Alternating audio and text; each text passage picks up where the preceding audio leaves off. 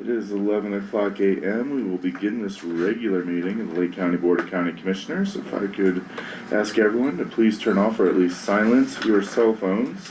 And then we will begin with the Pledge of Allegiance, followed by a moment of silence.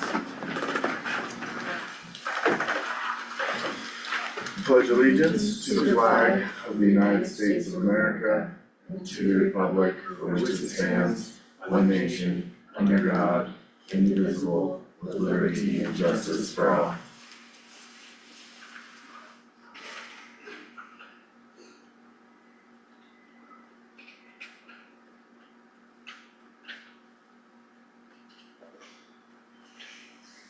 Okay.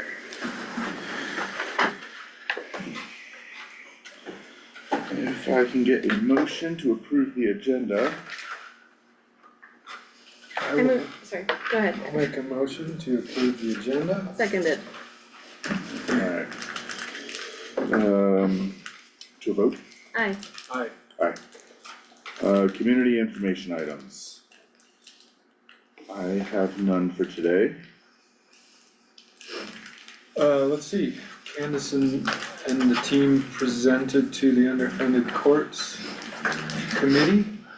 And I thought her presentation was awesome. She's a little bit hard on herself, but I think they were real familiar with us. I don't think it's the first time we've been in there, so we got high hopes to get a little of that pie, which is only $6 million, and there were multiple communities asking, so we'll see.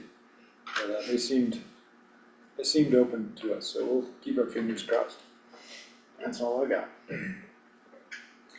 I learned some really interesting things last week. Number one is that, across the state, under our homeowners insurance, everybody subsidizes mostly the Front Range's hail insurance. But no one subsidizes fire insurance. So our fire liability in this county is as high as it is, and that cost is not spread throughout the state. Wild. Also, currently the Commissioner of Insurance, the Colorado Commissioner of Insurance has the ability to enforce, to make insurance companies reduce rates if you do hail mitigation, but the commissioner has no power to make insurance companies reduce rates if you do fire mitigation. So the insurance commissioner is going to be asking for the ability to be able to rectify that, so that as people are doing fire mitigation, especially up in our rural forested counties, that people's homeowners insurances have to be reduced if you're doing mitigation, because currently that is not allowed.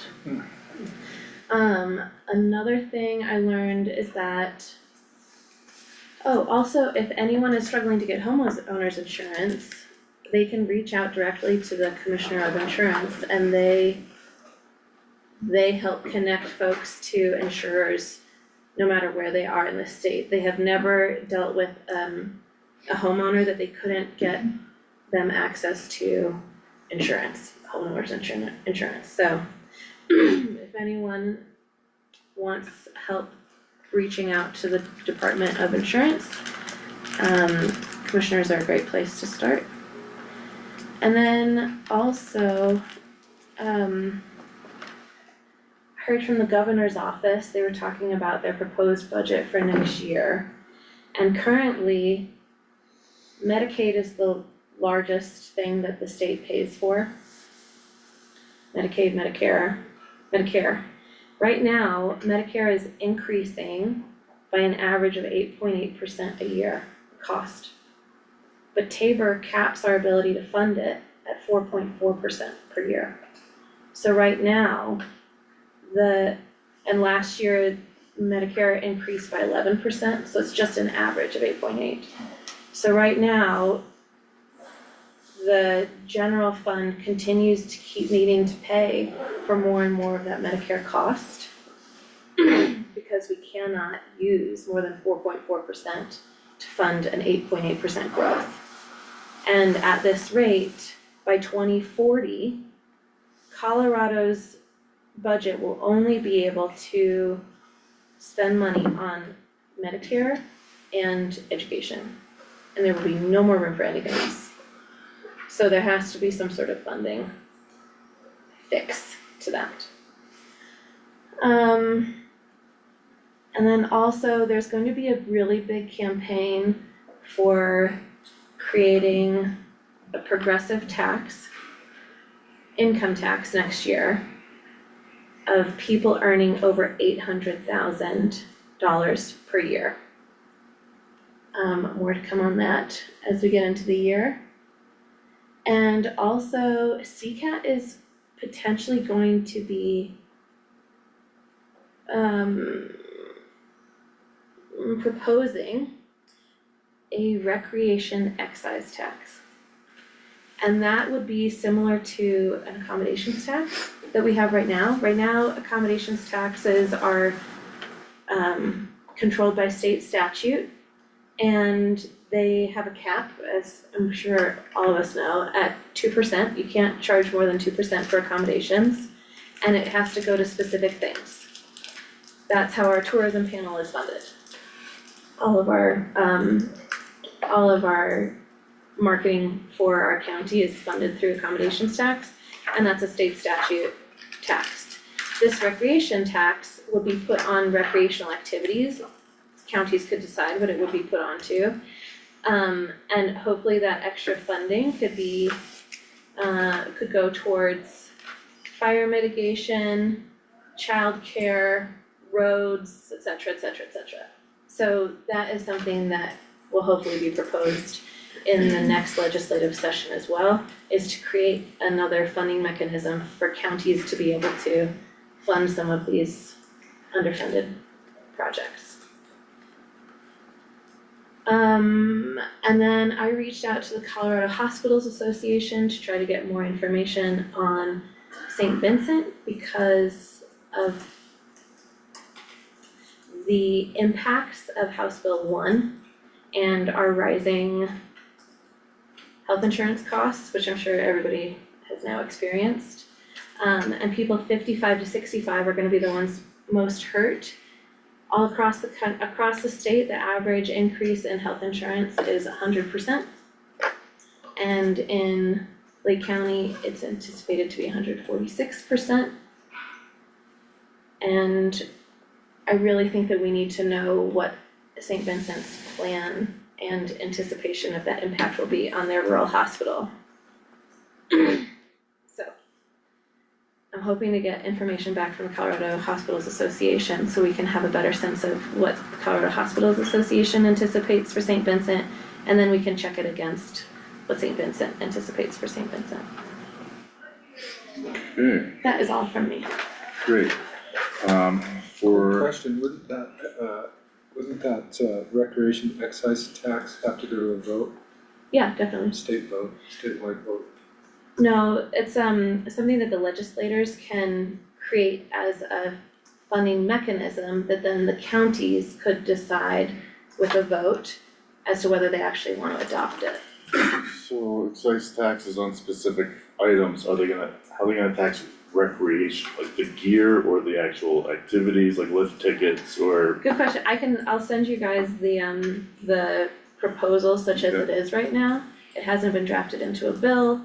They're working on getting sponsors, so that's all in the movement and we can absolutely be part of it. But counties, especially like ours, who have access to so much recreation and see so much impact from recreation, but don't have ways to tax that impact or to like receive funds from that impact other than through sales tax.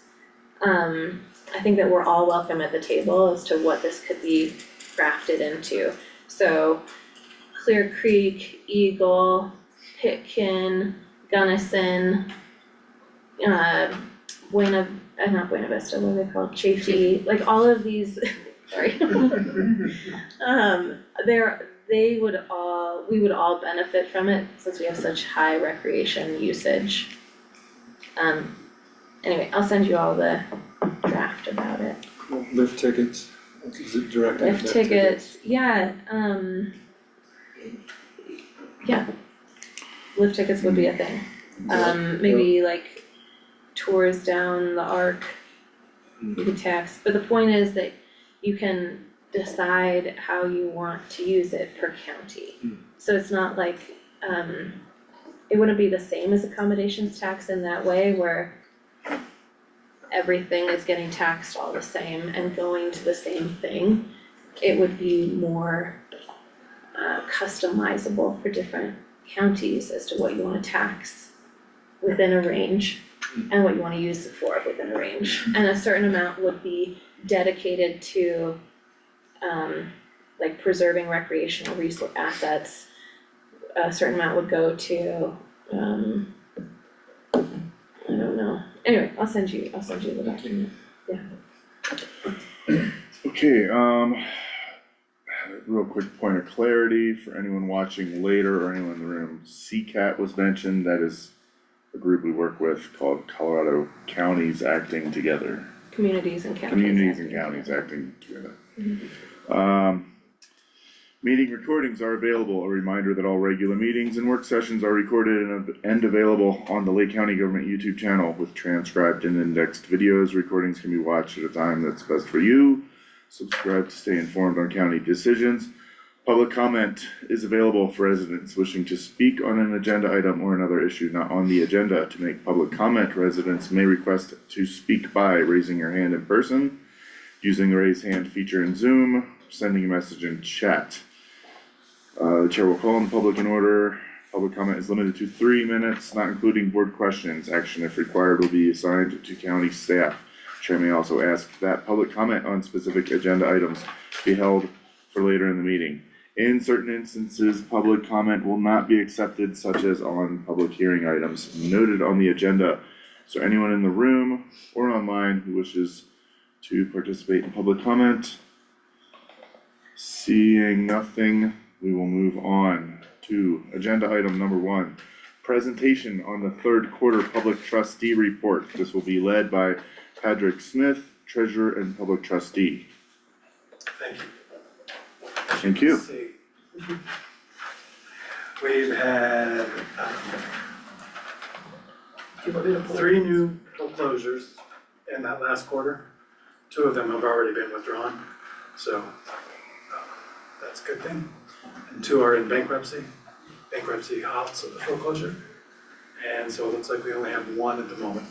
And that was supposed to go to sale this past week, but that's been pushed out to January, so that's a good sign. Probably they'll get that cured or withdrawn as well, so. Within the 2 bank accounts that I have, one, that's BB&T is just strictly for electronic with release of deeds. So all the companies can do that electronically, and that money goes to that account. I usually transfer that to the big account throughout the year, because those fees get paid back to the county when I reimburse my pay for being the public trustee. Any questions? I have no questions. I have comments. Okay.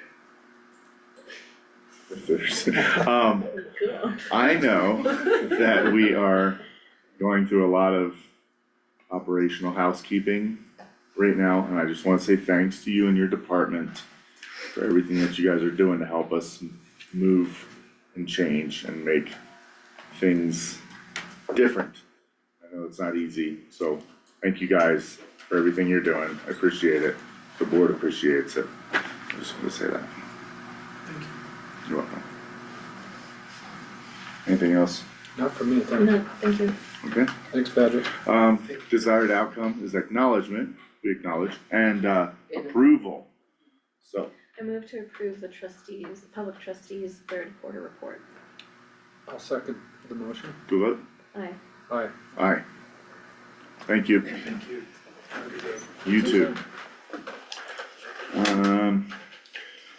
Agenda item number 2, discussion and consideration of resolution 2025-31, observation of holidays for 2026. This will be led by Ashley Cole, Human Resources Interim Director.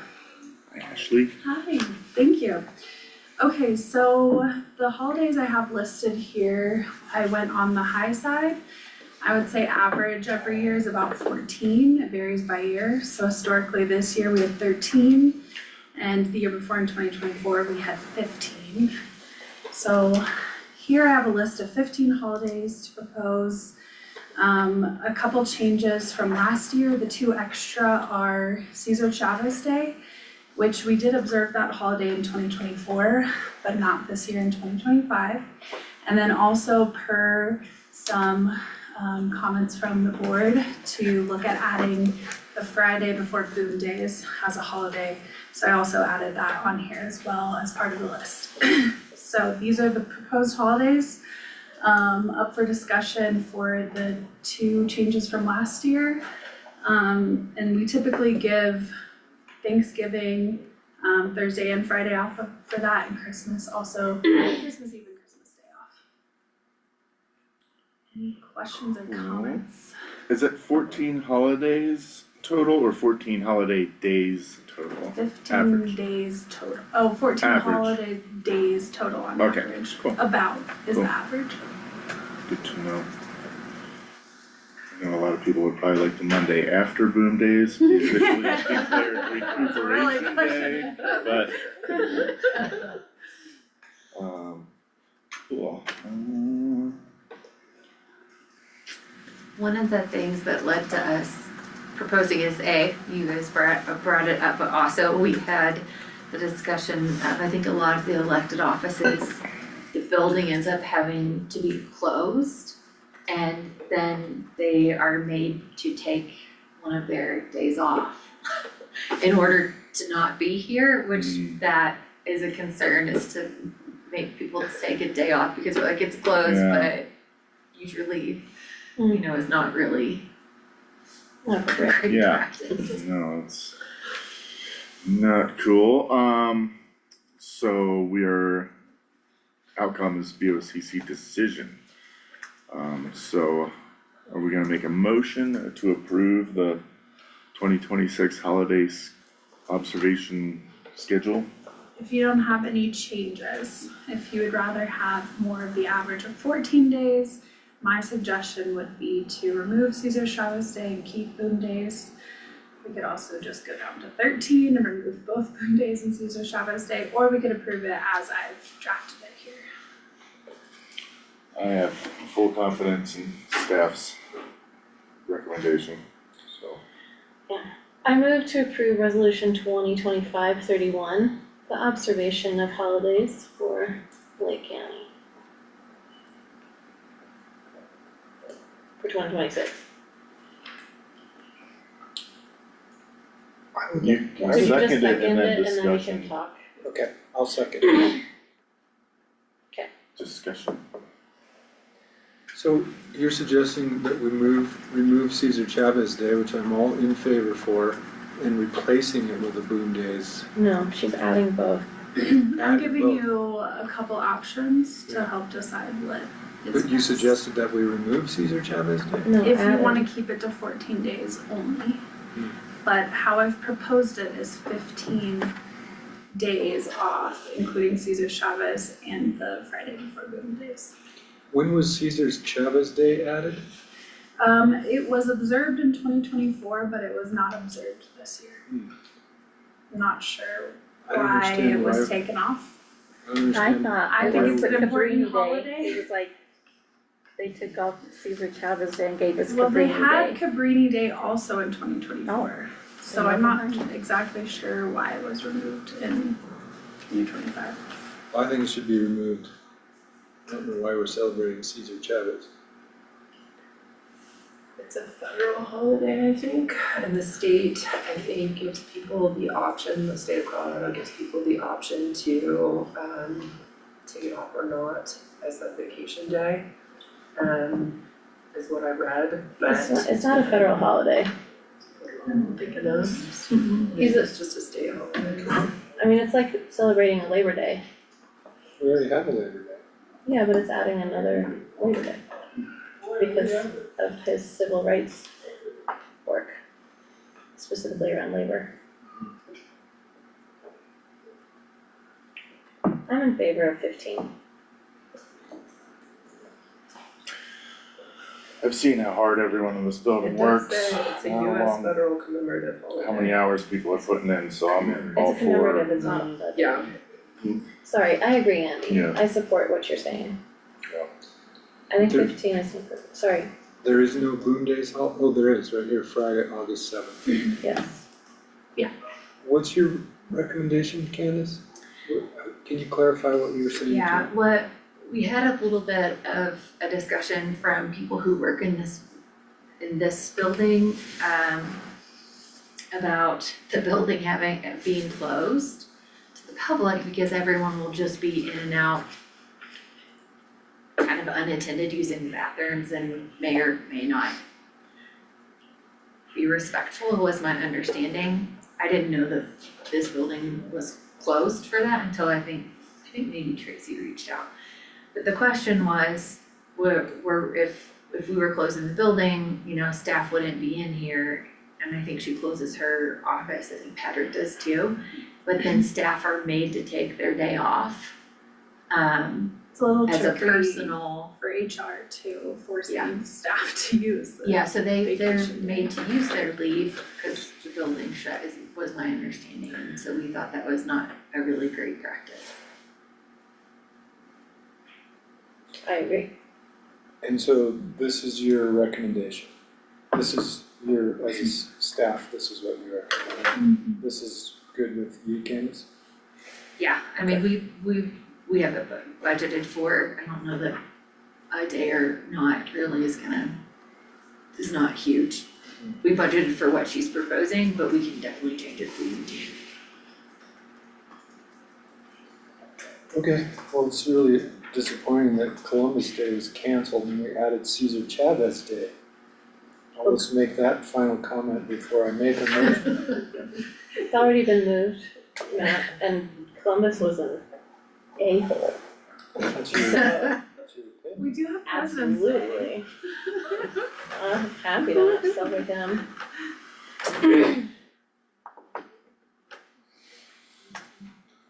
to a vote? Aye. Aye. Aye. Alright. Moving on. Discussion and consideration of an agreement with Trout Unlimited for tailings reclamation at Hayden Meadows Reservoir. This will be led by Bryce Ehrlich, Water Programs Manager. I understand there's some pretty nasty dirt along the edges of the river down there, huh? That's right, so, yeah, thank you, board. This is a pretty cool project. Trout Unlimited is already engaged with the city of Aurora to do some fluvial tailings remediation on the city of Aurora parcel. It's just downstream or just south of the Hayden Rec Pond. And so, Jason, the project manager and I were talking and we were touring the site this summer and he mentioned that he might be able to add on fluvial tailing work on the Lake County portion, which is kind of directly around the reservoir, will be on that land. He could add it on to his existing scope of work with the existing funding he had, and we could get the benefit of that remediation work, but also it's just the entire watershed would benefit by making the project bigger.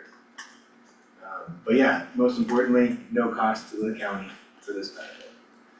And I think just one more brief thing is that I've been using this project and the collaboration here as kind of a case study or as a good example to bring to organizations like LaCosi to show that proactive communication, if we all are aware and communicating about what our projects are in the future, then it just adds more time and more opportunities for collaboration in ways that are, you know, in a funding constrained environment, we need to start looking for anything like this.